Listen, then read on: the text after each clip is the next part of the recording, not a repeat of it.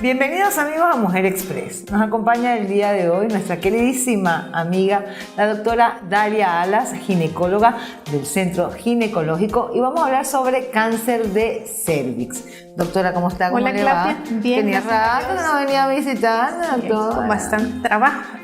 Trabajando arduamente. Cuéntenos, ¿qué es el cáncer de cervix? Bueno, primeramente vamos a definir qué es el cervix, ¿verdad? El cervix es la parte inferior del útero o matriz, ¿verdad? El útero se divide en cuerpo y en cuello del útero, que es el mismo cervix. En el cuerpo es donde se dan los embarazos y el cuello del útero es lo que nosotros podemos evaluar en el momento de hacer un examen ginecológico y colocar un espéculo. El cuello del útero tiene dos tipos de células, las que están externamente, que es el exocervix, y las que están un poquito más internas, que es el endocervix. La mayoría, entre el 80 al 90% de cánceres se dan en el exocervix. Afuera, en la parte externa del cuello del útero. Por lo tanto, la importancia, o sea, es un órgano en el cual uno puede detectar con tiempo, ¿verdad? Claro, un cáncer, claro. Si fueran todos los órganos, que sería felices fuéramos, claro. ¿Verdad? Y aún así hay muchas mujeres que no están acudiendo constantemente a su examen, pero con el Papa Nicolau podemos detectar lesiones precancerosas. Las personas a veces con estas lesiones piensan que ya es un cáncer y no, son lesiones precancerosas que son totalmente curables. Cuando ya hablamos de un cáncer de cervix es cuando ya las células ya han invadido más el estroma, que son las células más profundas ahí del cervix, y hablamos de un cáncer que en sus etapas iniciales aún tiene cura. Pero si la mujer nunca va a hacerse su citología y va progresando y empieza con síntomas, dependiendo del estadio en el cual encontremos a la paciente, puede haber cura o no. Y eso pasa a nivel de cualquier enfermedad, dependiendo del estadio donde la encuentre, es más tratable o no es más tratable, ¿no? Con la mayoría de las enfermedades que se pueden tratar, incluyendo el cáncer. Doctora, ¿en cuánto tiempo, por ejemplo, cuando usted dice tiene células precancerosas, de qué estamos hablando? Son unas células que se han alterado a nivel del cervix, pero que todavía llamadas displasia. Entonces, estas células aún no es cáncer, sin embargo, un porcentaje de ellas puede progresar a un cáncer, y otro porcentaje pues pueden curarse ellas solas, pero no sabemos en cuál porcentaje que encontramos a la paciente. Por lo tanto, toda paciente que tenga una displasia pues debe tratarse. Entonces, cuando hablamos de displasia, estamos hablando de una alteración en las células. En cualesquiera sea en este caso del cervix, del estómago, de lo que sea. Cuando usted le diga tiene una displasia, no es que tiene cáncer, sino que tiene ya una alteración y hay que vigilarlo. Así es, una alteración.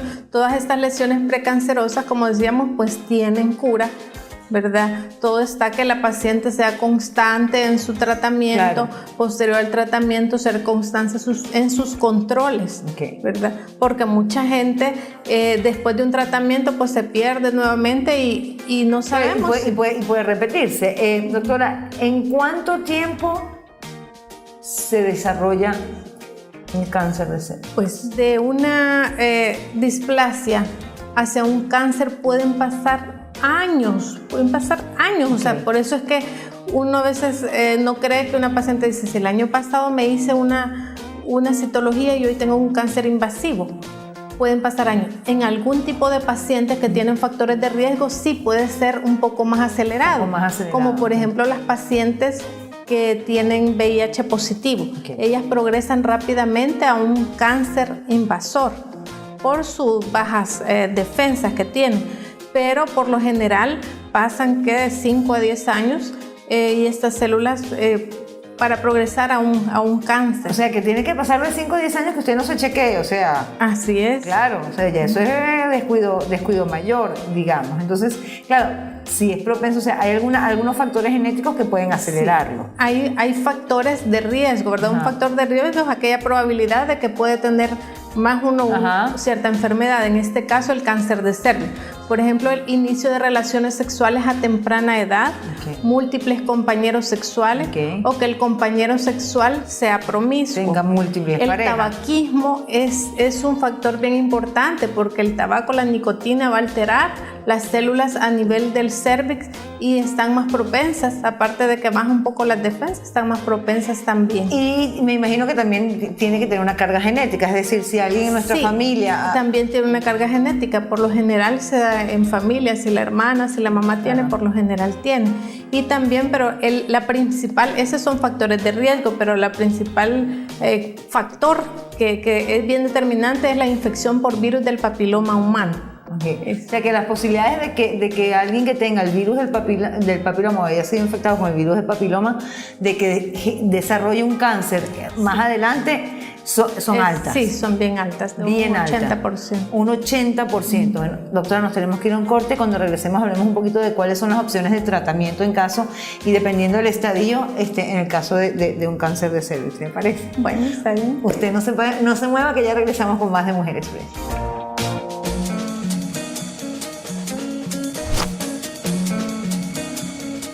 Seguimos, amigos de Mujer Express, conversando con la doctora Dalia Alas, ginecóloga del Centro Ginecológico, sobre el cáncer de cervix. Decía, doctora, entonces que un factor de riesgo alto es aquellas personas que han sufrido del virus del papiloma humano. A veces, me decía usted que a veces hay mujeres que ni saben ni se enteran que lo tienen, hay mujeres a las que sí les causa ciertos síntomas, entonces es importante que se chequeen. En el caso de... por ejemplo, decíamos, displasia es lo primero que usted va a ver como doctor, que hay un cambio de células. El próximo paso después de la displasia, en caso de que la paciente no se haga un chequeo constante, ¿qué es? La displasia se divide en tres: displasia leve, moderada y severa. Después de la displasia severa sigue el carcinoma in situ, que es un cáncer ubicado solo en el cuello del útero, no está diseminado a otros lados. Entonces, eso va progresando, o sea, no todos los casos progresan de la misma manera, pero sí esa es la progresión hacia un cáncer.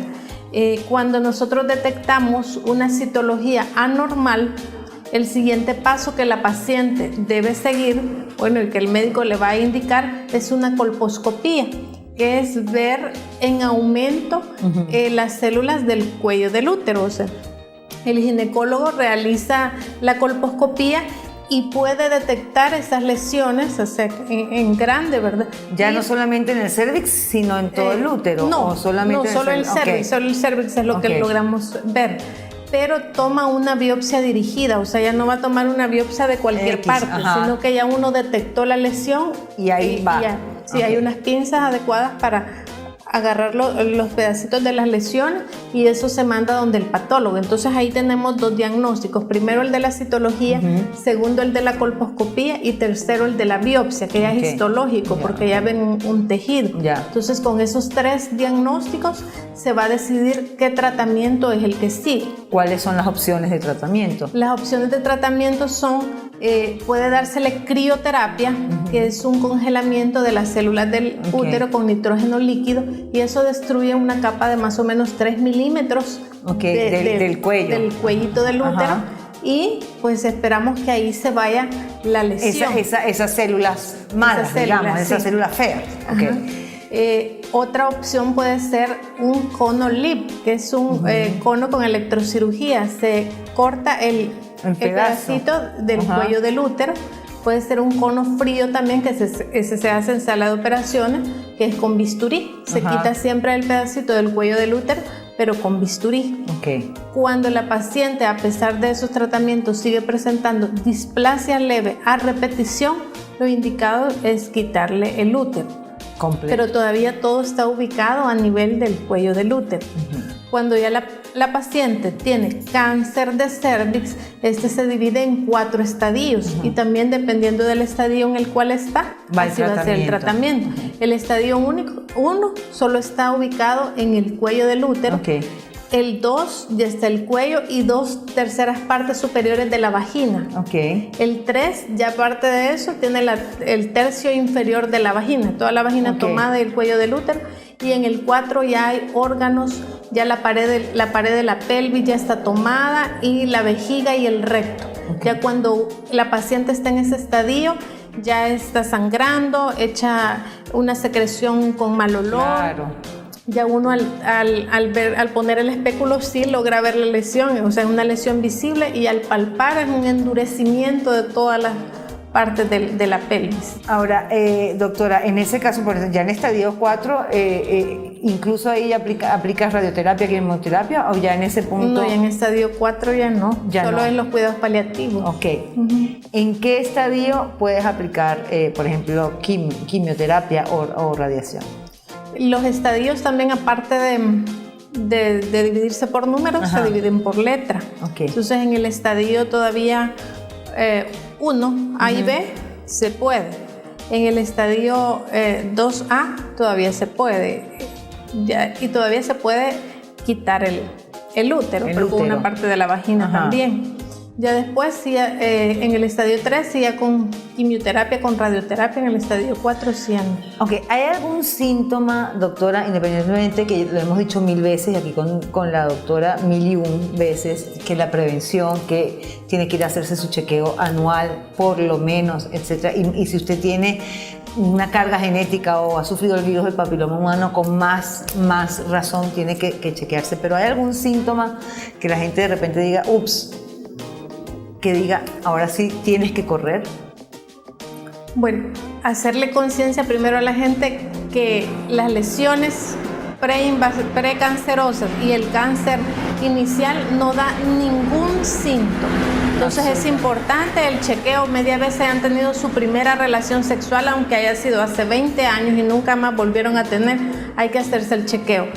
Cuando hay síntomas como, por ejemplo, sangramiento después de tener relaciones sexuales, sangramientos en medio de los periodos, después de la menopausia, o salida de líquido amarillo con mucho mal olor, dolor fuerte de vientre, que eso no significa todos estos síntomas que sean exclusivos de cáncer. Pueden ser otras cosas, pero ya necesitan hacerse un chequeo urgente para descartar cualquier tipo de enfermedad. Doctora, yo le agradezco enormemente, se nos fue el tiempo, usted ya sabe, a la cámara nos va a dar sus datos para poder consultar con usted.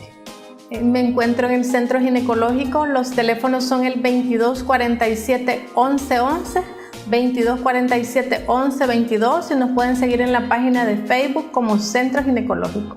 Yo me tengo que ir a un cortecito comercial, usted no se mueva, que ya regresamos con más de Mujer Express. Seguimos, amigos de Mujer Express, y en esta ocasión nos acompaña Yanira de Maida, directora de GAB, Gorritos y Abrigos para Bendecir. Bienvenida, Maida, ¿cómo estás? Gracias. Un placer, Yanira. Óyeme, hablemos un poquito de qué es GAB, Gorritos y Abrigos para Bendecir. Correcto. Cuéntame cómo nace, cómo es la historia. Pues ya tenemos, gracias a Dios, 5 años, 5 meses con este proyecto. Al inicio fue la idea de una niña, que ella dijo, ¿por qué no hacerle gorritos a los niños con cáncer, verdad? Porque pierden su cabello. Claro. Así fue como nació. Comenzamos 5 amigas tejiendo, y así estuvimos ya el primer año. Luego el segundo año aumentamos a 15 amigas que nos íbamos conociendo a través del Facebook. Claro. Y luego, ahora ya somos 80 voluntarios, entre hombres. Wow. También. Que tejen. Después nos vas a enseñar a tejer, ahorita todavía no. Pero cuéntame una cosa, ahorita son más de 80. Sí. Más de 80. ¿Qué hacen con todos esos gorritos? Porque como verán, o sea, trajo un montón también. ¿Qué pasa con esos gorritos? ¿Cómo funciona? Cada quien teje en su casa, en su tiempo libre. Claro. Pasan por mi casa dejando su producción y llevan más lanas. Y esto lo donamos para los niños con cáncer en el Hospital Bloom. O sea, ¿se van al Hospital Bloom con la bolsita de gorritos? No, ¿cómo funciona? Permiso, hacemos cita y llevamos los gorros, le llevamos un refrigerio, incluso para el Día del Niño y la Navidad. Ya van 2 años, ese es el tercer año que les vamos a celebrar, primero Dios, con sus juguetes, sus piñatas, sus pasteles, y le llevamos los gorros. Todo en voluntariado. Todo voluntariado sí. Totalmente. Totalmente. En el caso, por ejemplo, que ustedes piden permiso, hacen una fecha, me imagino, sí. Van y les entregan. En el caso del Bloom, los niños. Sí. ¿Qué pasa con los adultos? Porque veo que tienes gorros grandes, o sea, no solamente de chiquitines. Sí, bueno, nos solicitan, generalmente los entregamos por solicitud, que nos escriben del Centro contra el Cáncer, la Liga Nacional contra el Cáncer, Hospital Rosales, o personas que también hacen su voluntariado en asilos o en otros hospitales, nos solicitan una cartita y nosotros se lo damos. Yo quiero que expliques un poquito por qué es importante el gorrito para la gente que tiene cáncer. Es importante porque cuando nosotros comenzamos creímos que solo era para cubrirle la cabecita porque perdían el cabello los niños. Pero luego nos dimos cuenta por el personal del hospital que sí es necesario para cubrirlo del frío, ¿verdad? Del aire acondicionado. Es una necesidad. Es una necesidad para tratamientos. No es solamente una coquetería que además los hacen espectaculares para que se vean bellos, pero es una necesidad. Es una necesidad. Y también tejemos 1000 gorritos mensuales para entregarlo a los hospitales nacionales a bebés recién nacidos. Y ahí estamos salvando la vida de un bebé, porque hay estadísticas de muerte por hipotermia.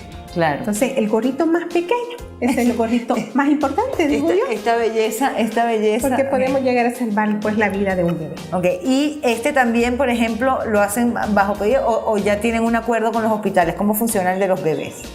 Los de bebés se los entregamos a Save the Children y ellos los distribuyen. Ok. Es parte de un kit. Ok, o sea, ustedes los entregan y ya. Sí, mira qué belleza.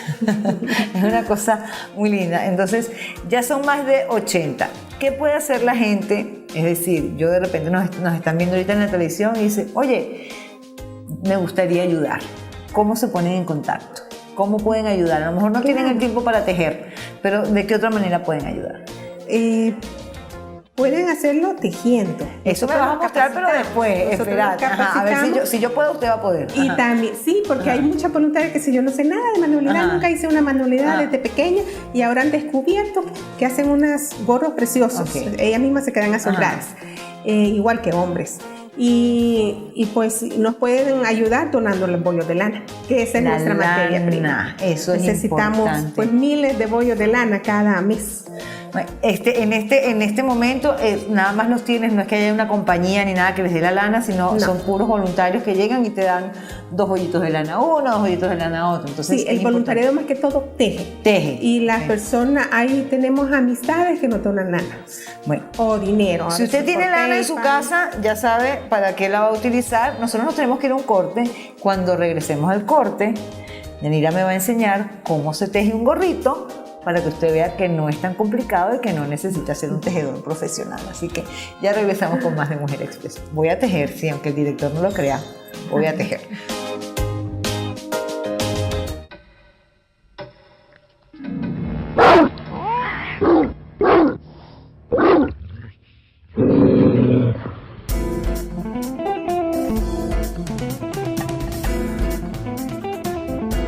¿Has intentado una y otra vez aprender otro idioma?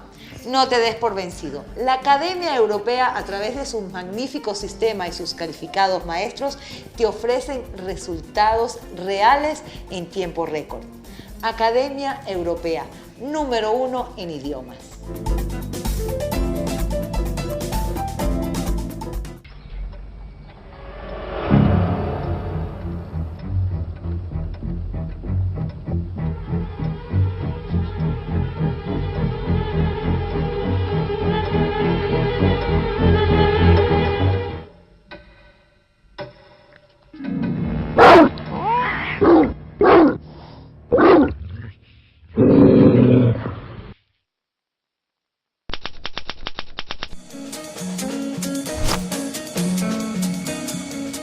Seguimos, amigos de Mujer Express, conversando con Yanira de Maida, directora de GAB, Gorritos y Abrigos para Bendecir.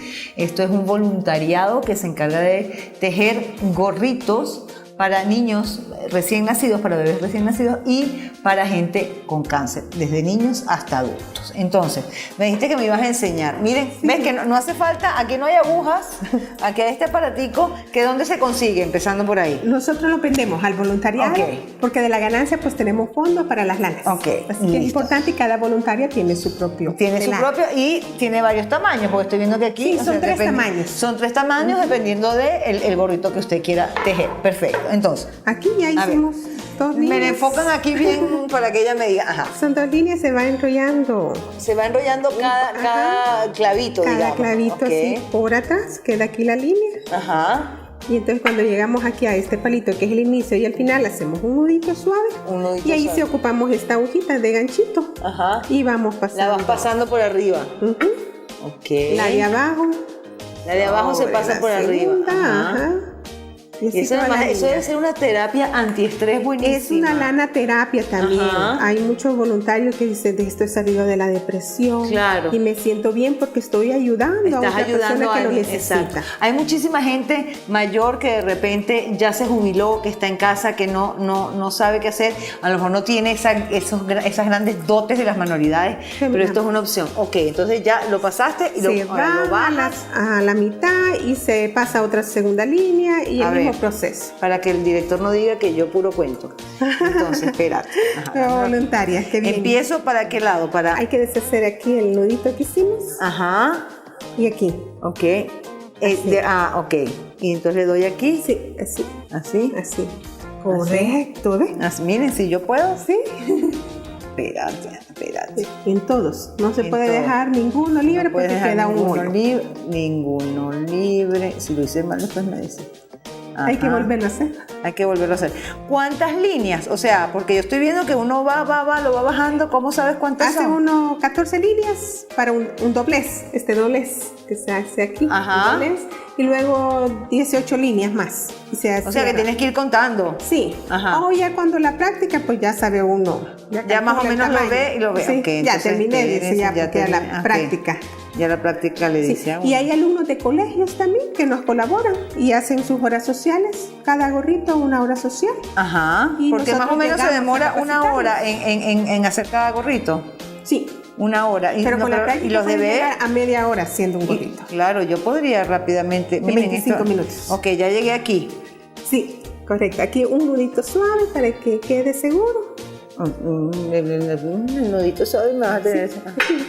Un nudito sí, ok, se lo pasas por encima, ok, y una vez hecho eso, la aguja, esta pasa por encima, sí, esa parte es un poquito más, ya lo peroleé, ¿no? No sé si lo hice. No, está bien. Ok, no. Ahí, y así va bajando. Y así va bajando. Oiga, es facilito y es, miren. Y es relajante. Al principio le va a quedar un poquito flojo, ¿verdad? No queda tan apretado. No, siempre queda. Va bien. Y es relajante. No es. ¿Se vio cómo va? Incluso viendo la televisión, tejen muchos. Siguen claro, con la práctica, ya. Qué maravilla. ¿Dónde te puedes contactar? Tenemos nuestra página web, gorritosabrigo.org. También en las redes sociales nos encuentran en Facebook. Ok. Y también pues aceptamos donaciones en lana, que es nuestra mayor materia prima. Mira, yo no conozco, exacto, yo no conozco mucho de lana ni nada de esto, como verán, esta es mi primera experiencia tejiendo. Trataron en la escuela de monjas con el crochet, pero no pudieron conmigo. ¿Es un tipo de lana específico el que necesitas? Solo que sea lana.